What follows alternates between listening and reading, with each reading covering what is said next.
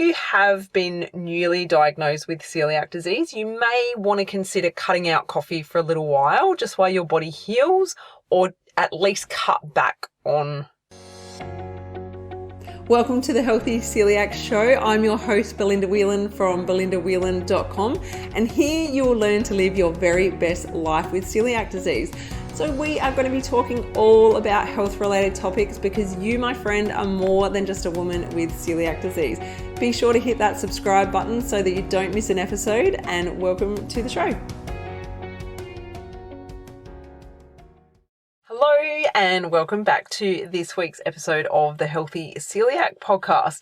Now, I'm quite excited to talk about this topic because I absolutely love coffee. It is definitely part of my daily ritual. I have coffee every single day and I have done so for many years now. And the reason that I'm talking about coffee with you today is because Bratelli reached out to me. I'm sorry if I have pronounced your name incorrectly. I'm not sure how to pronounce it, but I'm hoping that is pretty close. So let me know. Bratelli reached out to me and told me that she's having some issues with reflux since she's found out she's had celiac disease, and she thinks it's from coffee, and she wanted to know if I could talk about acid reflux with coffee. So I thought I could definitely answer that on the show today, but I thought I'd incorporate it with talking about coffee and the gluten-free diet and talking about coffee in general as far as the pros and cons go, so that we could share a little bit more information with you on the subject. So if you are a coffee drinker, you totally get what I'm talking about here as far as it being something that you love and it's a ritual and it's something that you enjoy drinking. So I don't need to sell it to you in that way. But you may hear that some people talk about it, that it's not good for you and that you shouldn't drink too much of it and all of these different things. So we're going to get down into the nitty-gritty of the pros and the cons and why I think the pros outweigh the cons and why the cons tend to be if you drink too much coffee. So we'll get into that in a moment. And then we're going to also talk about, obviously, the acid reflux and discuss that as well. If you have been newly diagnosed with celiac disease, you may want to consider cutting out coffee for a little while, just while your body heals, or at least cut back on coffee. Okay. Now, if you listen to my episode where I talked about cross-reactive foods with gluten the other week, coffee was one of those that was listed. So if you're finding that you are still having issues and you're not exactly sure what it's from, just know that it could be coffee. Your body may still think that you're consuming gluten, and coffee is actually, unfortunately, one of those foods as such, even though it's not a food. So coffee falls under that category that it could be your body is reacting to coffee, thinking that it is gluten. So if you didn't listen to that episode, go back a couple of episodes and have a listen to that where I explained that a little bit more in depth. And obviously that would be a thing that you would need to do a bit of a food challenge on, maybe track your food, what you're eating, what you're drinking, to pinpoint whether it actually is coffee. But yeah, there's a little bit more information on that episode. So the pros. The pros are that it increases physical performance. So I don't know about you, but I go to the gym early in the morning, and I know that the days that I have a coffee before I go, I find it much easier to do my workout than if I wait till I get back from going to the gym. So for me, I totally agree with that one. Many athletes drink coffee, so that's a definite one. It can also help with enhancing mental focus. So anyone that's studied, needed to, stay up late and focus on what they're trying to, study and learn about will totally get the enhancing the mental focus. It can also help with burning fat and supporting weight loss, which is a bonus. Anyone that needs to lose weight, it can help with that as well. It's got antioxidants in it and is also a source of vitamin B12 and magnesium. It can also lower inflammation, which I think would surprise a lot of people, that coffee can actually lower inflammation. You would think it would do the opposite. It may also lower the risk of cancer. So in particular, colon cancer, which I think is fantastic. It can reduce stress, and believe it or not, it can act as an antidepressant, which is amazing as well. And it can also reduce the risk of developing type 2 diabetes. So if you want to learn more about these, you can jump on Google and you can find all this information and learn more about it. We don't need to go into each one individually too in depth right now. I just wanted to give you a quick overview of those pros. Now, when we talk about the cons are more so if you're drinking too much coffee. So let's talk about what's too much coffee. A moderate amount of coffee is approximately 3 to 5 cups a day, or around 400 milligrams of caffeine. Now, ground coffee has more caffeine than instant coffee. And I personally think this explains why people who drink instant coffee need to drink more throughout the day. The only issue I really see with that is obviously drinking more means if you add sugar and milk to your coffee, you're obviously going to be consuming way more sugar and coffee way more sugar and milk or creamer when you're having your coffee.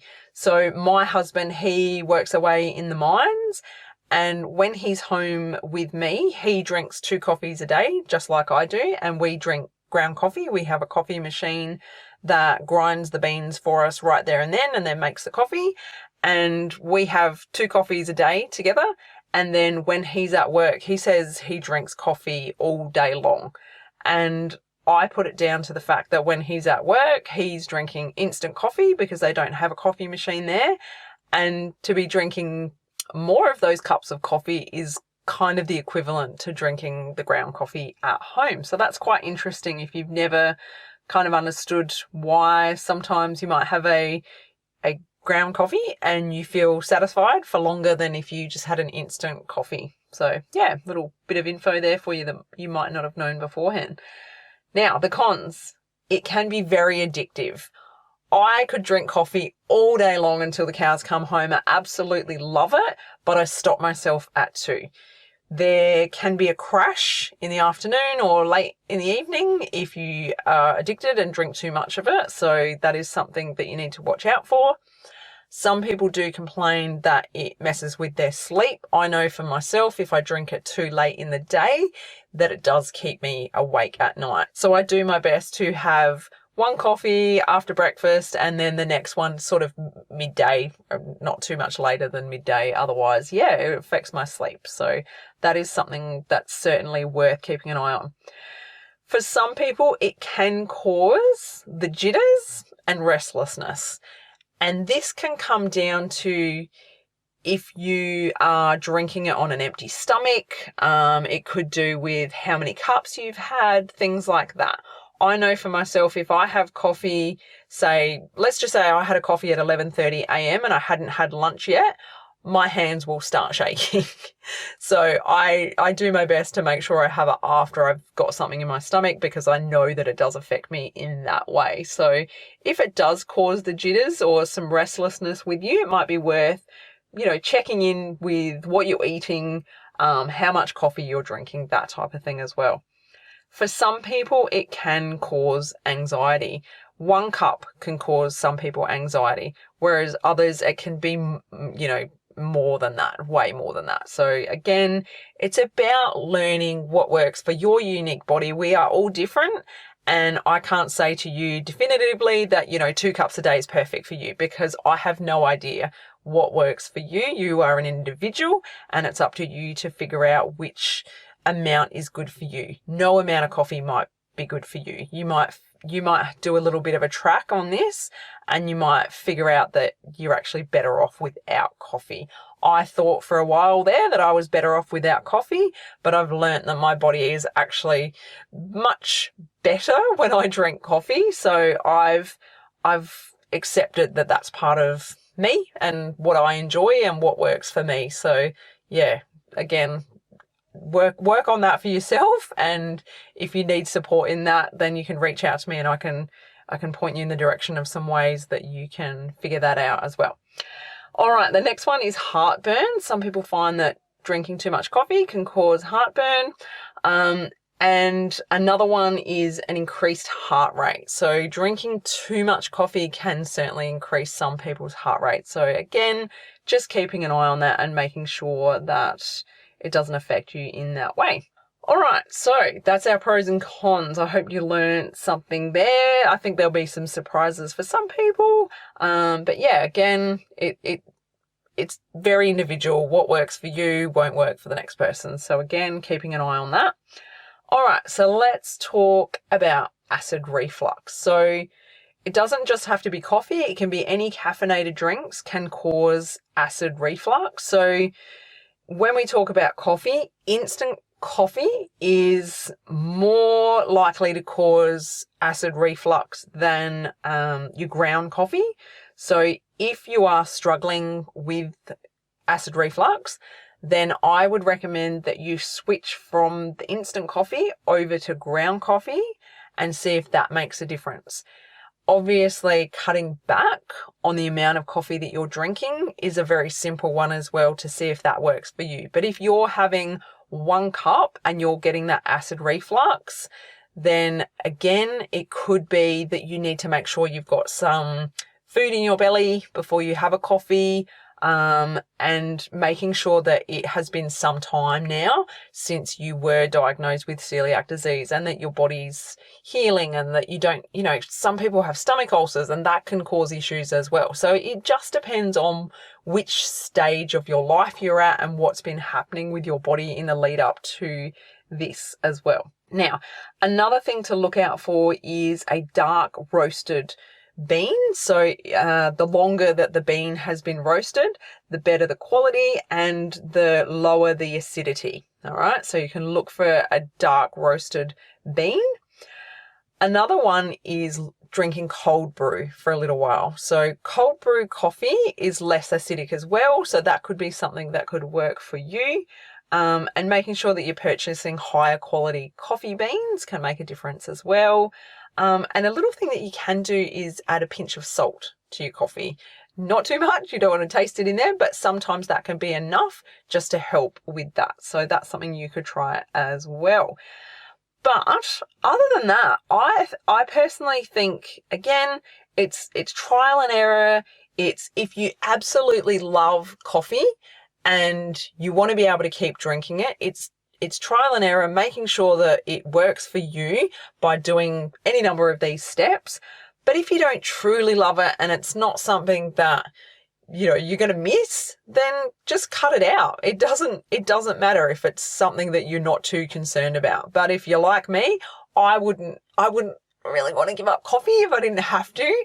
I would trial all these things first if it meant I could still keep drinking my coffees each day. So yeah, I hope those ideas help you. I hope this gives you a little bit of insight and some little tidbits about coffee and the gluten-free diet. And yeah, go from there. And like I said, reach out to me if you want some little pointers that I can send in your direction to help you further. But yeah, otherwise, I hope you enjoyed this episode and learned something.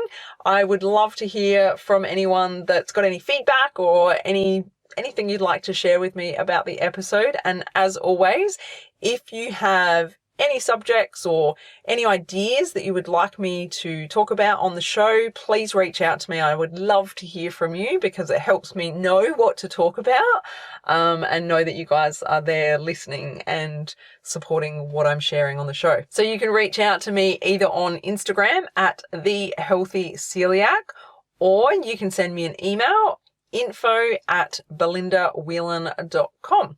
So I look forward to hearing from you, and I will talk with you again next week. Have a fantastic week, and I will talk to you soon. Take care. Bye. If you enjoyed this episode, head to belindawhelan.com to get yourself a free copy of my exclusive ebook, 11 Mistakes People Make Going Gluten-Free Living with Celiac Disease.